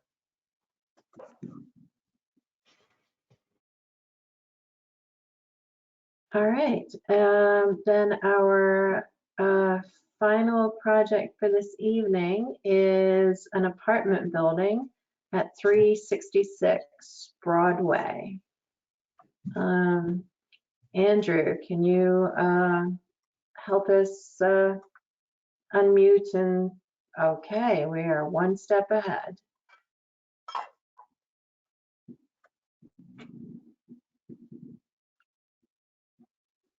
Evan, All right. hey, Evan, is it just you presenting tonight? So it's me and there's Blair Hines as well from Verdant. Okay. Let's All see. right. Place to turn on the camera. I'm sorry? Was- Oh. So can everybody see my screen? Yeah, pause 1 second. I think, all right, there's Tim. I just want to make sure we haven't lost Tim and Frank. So, I'm here. I'm here. all right, terrific. All right, yeah, Evan, Are please you go able ahead. to see me? Are you able to hear me? It's Blair Hines. Yeah, We can hear you, we can't see you. Okay, great. Thank you.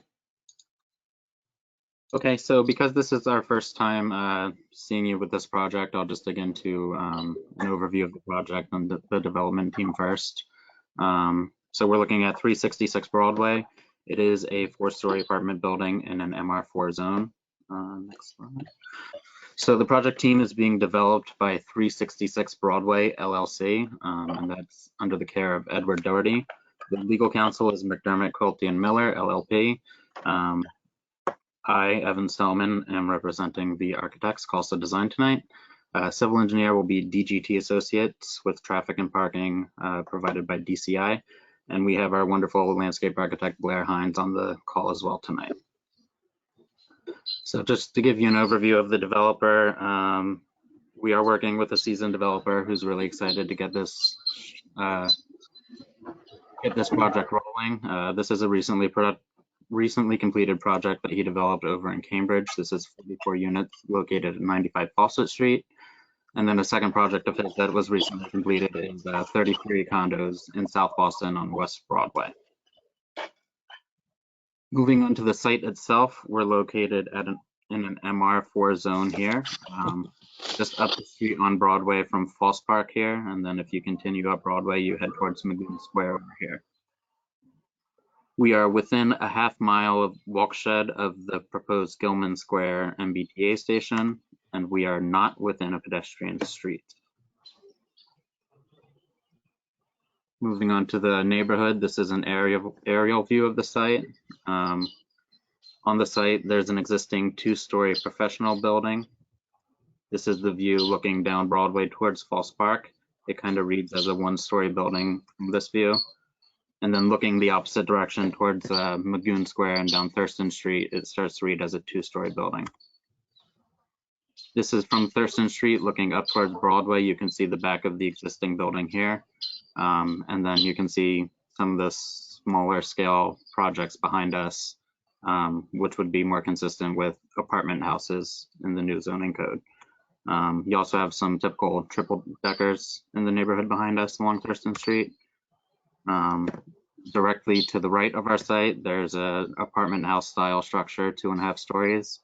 And then the surrounding structures to the left are all 3 stories with mansard and flat roofs. Directly opposite of our site, we have a few smaller scale structures, 2.5 story gambrel roof structures. And then opposite to the right, we have some nicely detailed brick structures. And then opposite to the left, there's some larger scale brick style structures. So just to give you a quick overview, this is a 4-story apartment building. We're proposing 58 residential units. 20% of those are affordable. We have some expansive amenities, including community rooms, remote work rooms, storage, fitness, package rooms. About a third of the units have private balconies, and we also have a roof deck with a green roof. There's 58 interior long-term bicycle parking spaces, and we are proposing 6 exterior bike racks for short-term.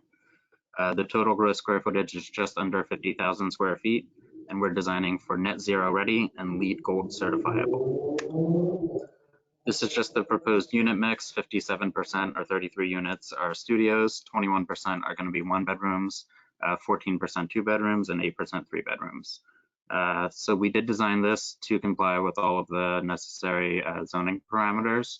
We're just going for a site plan review for the building type and then a special permit for the household living use. This is our proposed site plan. I'll spare you the details on the zoning chart. We are compliant with all the zoning requirements. So here on the site plan, Broadway is on the bottom of the sheet here. Thurston Street is on the left. The building outline is the light yellow region here. And then the balconies are the darker yellow region to the left and along Broadway here. Let's see. So we did make accommodations to have a 12-foot sidewalk on both Broadway and Thurston Street as required by the zoning code.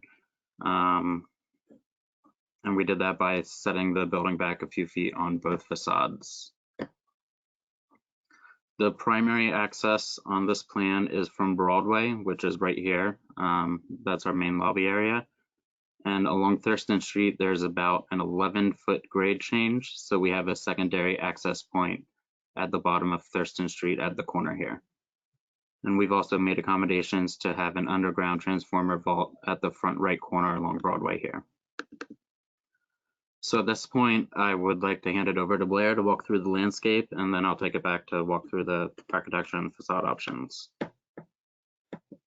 You good to go, Blair?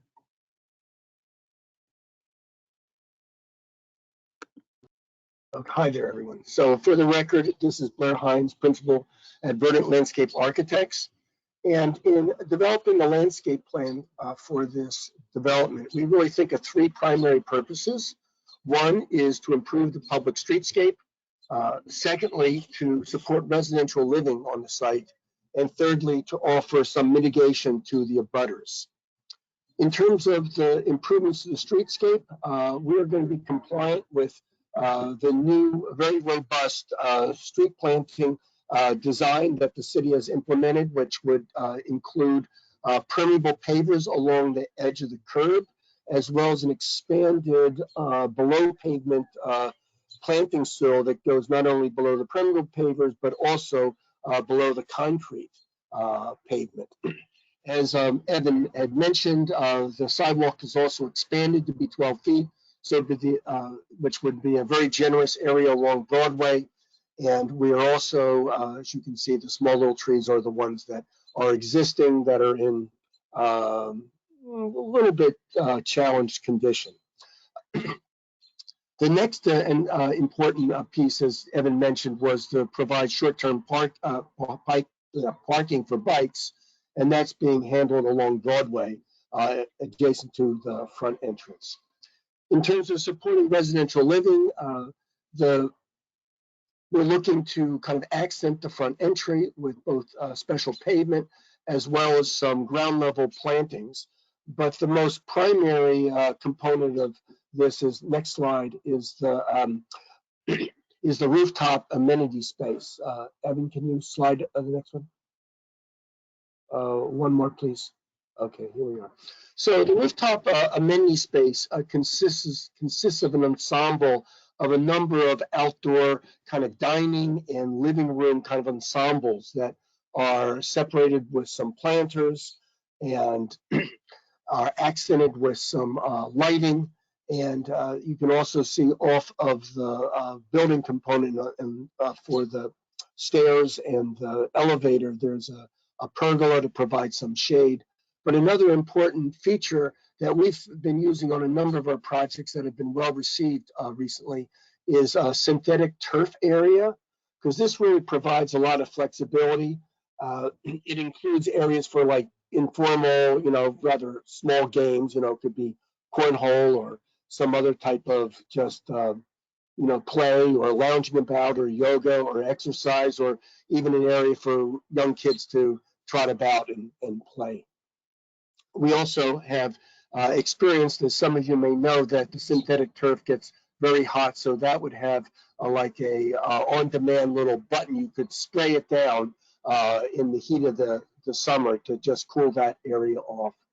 And then, as you also, I'm sure, noticed, there's a large expanse of a green roof, which would be largely a sedum turf, as well as raised planters that have deciduous and evergreen shrubs, as well as a few small trees. Next slide.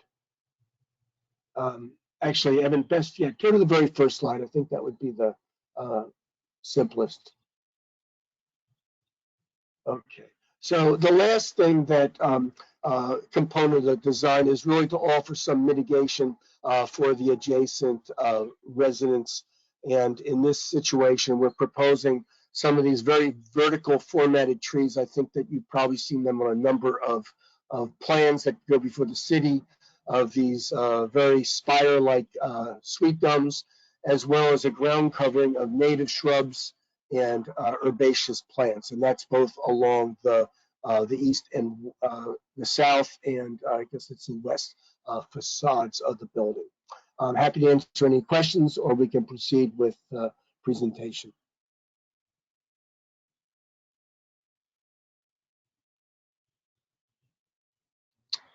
Evan? Can you explain a little bit more about the on-demand turf cooling system you speak of? Well, we're thinking that there would be a kind of an overhead spray, and that we're proposing maybe having a button that you could push that maybe turns it on for a minute, so it just can cool down the turf, because it has this kind of soft rubber material between the synthetic fibers, and in the really hot summer day, that can get really quite hot. And so we want to provide some means for that to be moderated, so that it could actually be used in parts of July and August. So I'm also a landscape architect and design a lot of synthetic turf facilities, and would offer that when it gets wet, it actually gets a little harder to use, and the rubber infill sticks to you. And the water, especially on a playing field where the crumb rubber is a darker color, it takes a lot. So maybe an alternative would be lighter infill, lighter color infill. A virgin rubber in beige and a very light green actually will keep it cooler, I believe. And that may alleviate the need for the water, because the water, honestly, it's a hassle to maintain and to, all that sort of stuff. And I just feel like you'll do better with just a baseline of lighter infill. And also right now, and I know this is outside the purview of design comment, but I would look, because it's not a surface that's being used for active recreation, look into the SYN lawn, SYN lawn product. It has the least amount of PFAS contaminants, which are organic compounds that persist and are potentially hazardous. It's not suitable for playing fields, but this application, it might be just right. And I think it will be the, frankly, the best product for human contact that you're suggesting. I just want to step in here for a minute. Sherry, I think that you gave some very good guidance, but I just want to be perfectly clear that the zoning ordinance prohibits the use of artificial turf in any scenario except for athletic fields and civic spaces. So you cannot use synthetic turf on this project. Sorry, Courtney. All right, thank you. All good. But I will take your comments about the infill, and we do use the SYN lawn product, so we'll be sure to use that specified on another project. Thank you. I'd like to keep going. Sorry, can I add one more thing? Just so if it's not going to be synthetic turf and it is going to be lawn, which will be far more comfortable. Equally, as far as irrigation will be a struggle, but reinforcing that soil, I think will be important from a use perspective, that the turf, the living grass, doesn't take on too much load and therefore create basically a rectangle of dirt.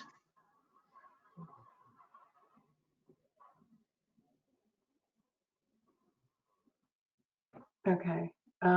Yeah, I just wanted to make sure that we could get the rest of the presentation because I'm sure there's going to be a lot more comments in detail at the end. Okay, I'll move on to the architecture now. So to just give you a quick overview of the floor plans, again, Broadway's at the bottom here, Thurston's on the left. This is our first floor with the lobby entry off of Broadway, and this level has 13 units wrapped around the perimeter. Moving down one level to the walkout basement, this is where we have all of our amenities. There's approximately 1,500 square feet that can be devoted to occupants. And then there's a door at the back corner here where people can roll their bikes in to access the bike storage here. We also have the MEP and trash at this level. Moving back up to the upper stories, floors 2 through 4 are all identical, they stack, and they each contain 15 units. And then on the roof, which Blair just discussed, I'd just like to add that we made accommodations for visual and acoustical mechanical screening around the condensers here. Moving on to the fun part, the 3 facade options. So in all 3 of these options, because the facade along Broadway is larger than 100 feet, we broke it vertically to read as 2 distinct style buildings. So for facade option 1, the massing on the right, we broke it up to have 3 bay projections here. And primarily it's a red brick style structure. So from ground up, we have a cast stone water table, the red brick. We have a corbelled mid-band between the first floor and second floor. And then we're introducing some patterned brick detailing between all of the windows here. The upper story of this scheme is clad with a standing seam metal siding. Moving on to the left side of this facade, we introduce a more contemporary style architecture, and this occupies the left half of Broadway, and then it wraps down across Thurston Street. So because all of the balconies project outbound of the main facade of the structure, we were able to have a lot of fun punching through this this first facade wall into the balconies before we reach the main facade of the building. So what we did here is we have mostly cementitious panels. The ground level is a lighter gray, and that wraps across Thurston and then down to the exposed portion of the basement. And then on the upper stories, we have a darker gray at the first facade, and then at the second facade within the balconies, we introduced some large window openings, a lighter colored cementitious panel, and then some faux cedar siding in there as well. And then we started to have some fun with the pattern, the color, where we punched through the opening here. Moving on to facade option 2. Again, along Broadway, we have the vertical break here. To the right, we still have a primarily red brick clad structure. From ground up, we have a cast stone water table. We changed the window surrounds to also be cast stone in this scheme. And then at the top floor, we're introducing some cementitious panels with some metal panel ornamental features there. One thing that we did change here is we got rid of the third bay. So this massing here is just flanked by 2 bay projections on either side. Moving on to the left half of this, it is distinctively different than facade option 1. So what we did is we pulled the building back at the corner along Thurston Street here and the top floor, and that allowed us to introduce these balconies at the corner of Broadway and Thurston Street. We clad the ground floor with a gray brick, And then we separate that with a mid-band here between 1 and 2 and carry the brick up to floors 2 and 3. And then we use a standing seam siding along the top floor, and we bring that down behind the balconies, across the top, and behind the balconies again. And again, we're introducing a simulated cedar accent material between the windows here. Moving on to facade option 3. Again, we have a red brick facade on the right side here. We changed up some of the detailing here, and we're cladding the top floor with an alternate color cementitious panel. On the left side, we kind of swapped the recess portion, so we're recessing the balconies in the middle here, and then we have a bump out at the right side that wraps around Thurston Street. And then we have inset balconies along Thurston on the upper stories here. And then this is just the 3 facade options all next to each other. I feel like this would be a good place to stop to take comments or questions.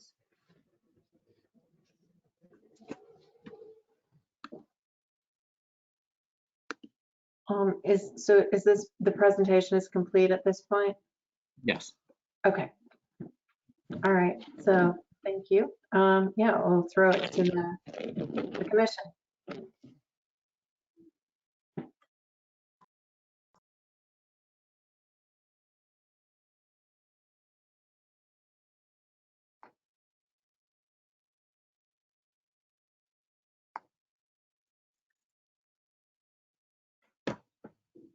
Everybody's being shy this evening. Do I have to call on you people?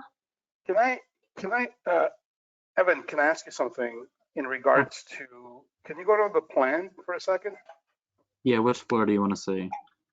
It's any plan, just the basic plan, just to start with. If you look at the diagonal of your building, the greatest diagonal of your building, it seems to be about 150 feet or so.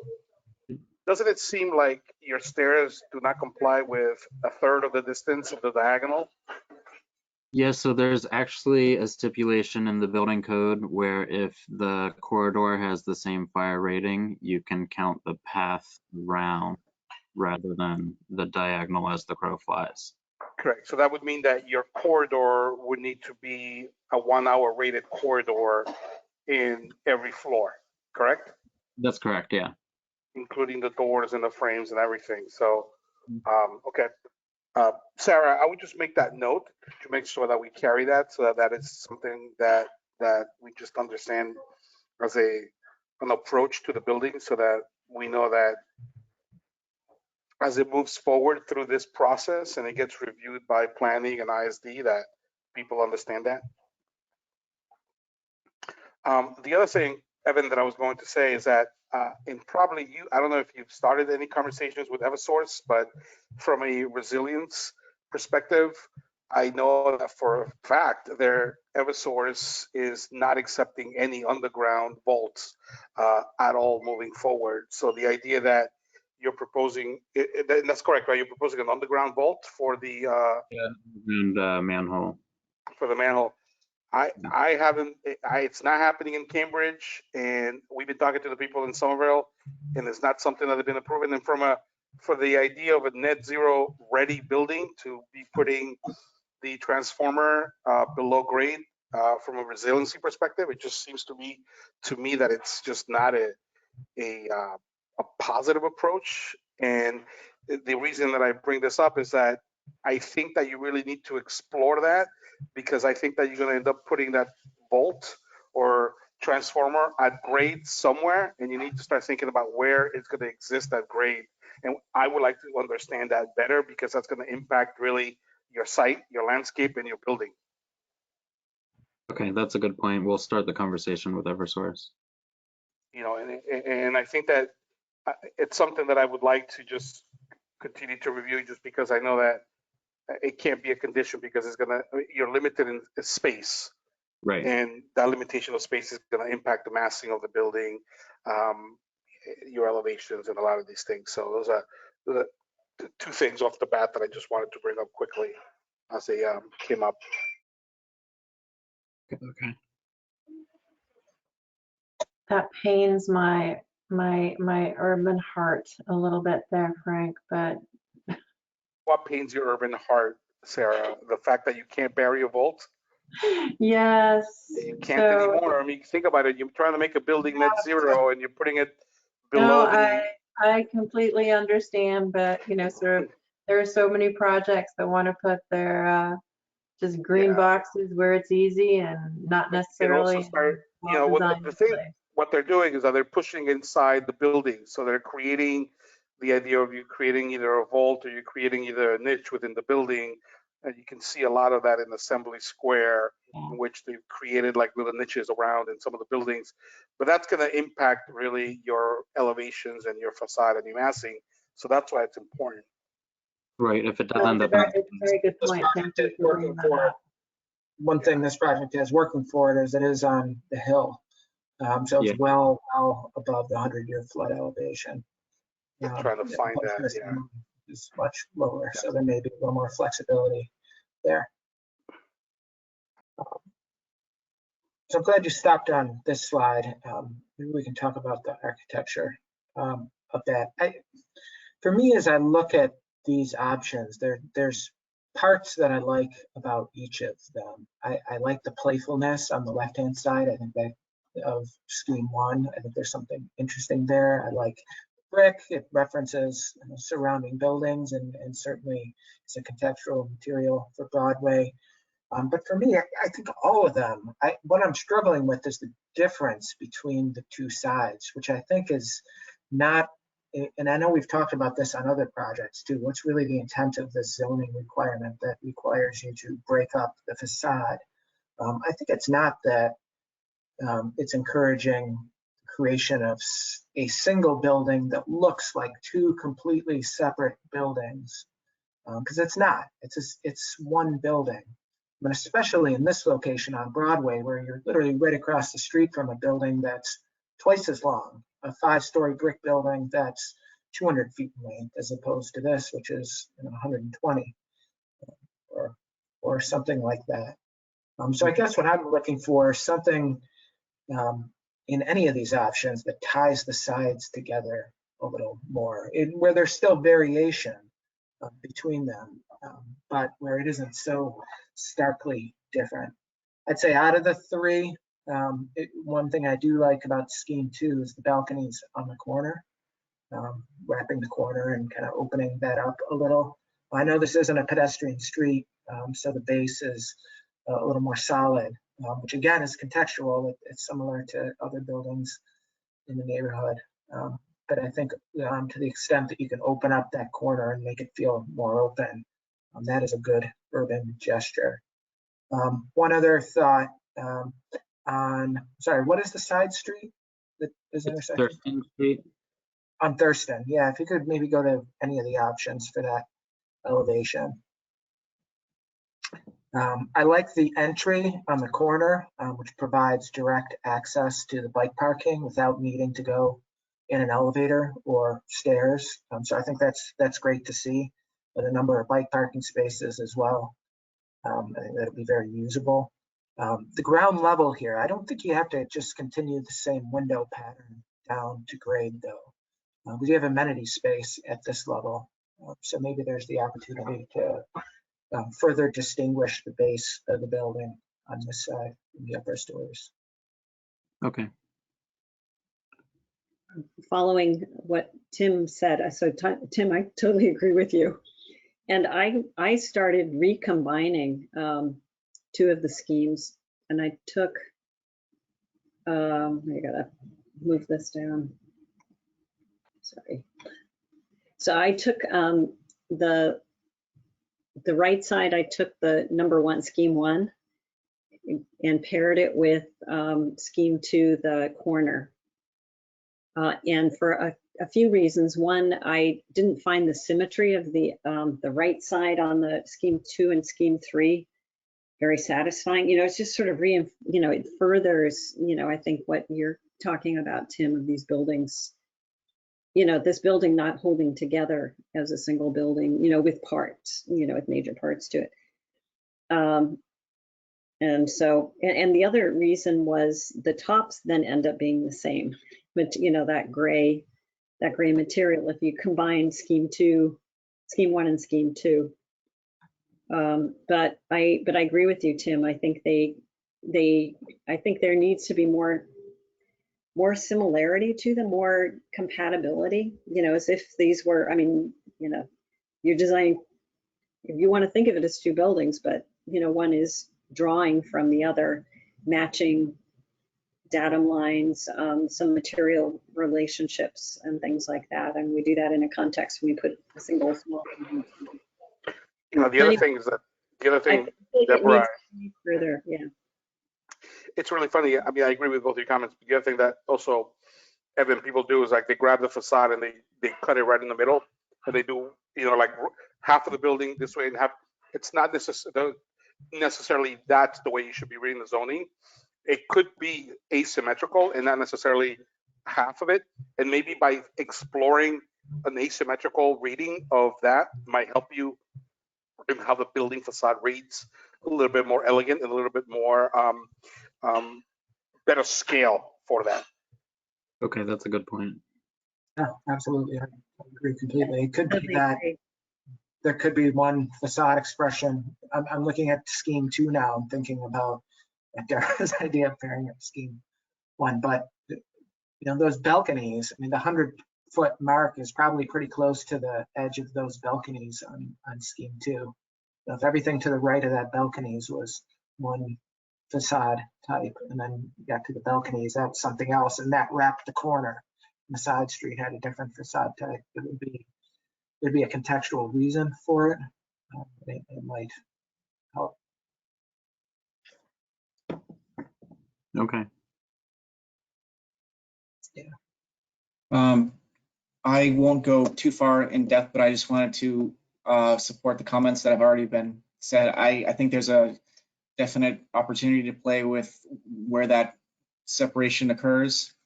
There could be, like a bit of a asymmetry there instead of kind of a more equal treatment to both parts of the building. And then I do think that if materials could be brought, across that dividing line, or maybe some proportions of the windows keep doing that, I think that would benefit the project. And I'm partial to the corner balconies as well. I think that's a good idea, and it looks nice at the corner there.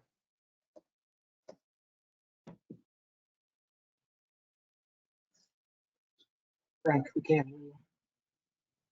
Maybe Evan, thank you, Tim. The last comment that I would make, and we make comments like this to some of the other projects, but I think that you're trying to do it, but it's not coming through very well. Brick is not a flat material. You know that, right? It's a material that can be so rich with textures and shadows that if you articulate it in many ways and rotate it, it could give you such an elegant facade and articulation.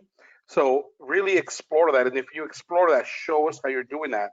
Are you creating any insets that create shadow articulation? I think those things create elegance on materiality, and the brick is an opportunity for that. So don't think of it just as flat. I think find the opportunities, and it's going to enrich the facade. Okay, yeah, I did try to have a lot of fun with it. I think it reads better on some of the black and white elevations rather than the more rendered elevations. But that's something that I can further evaluate and clarify in future presentations.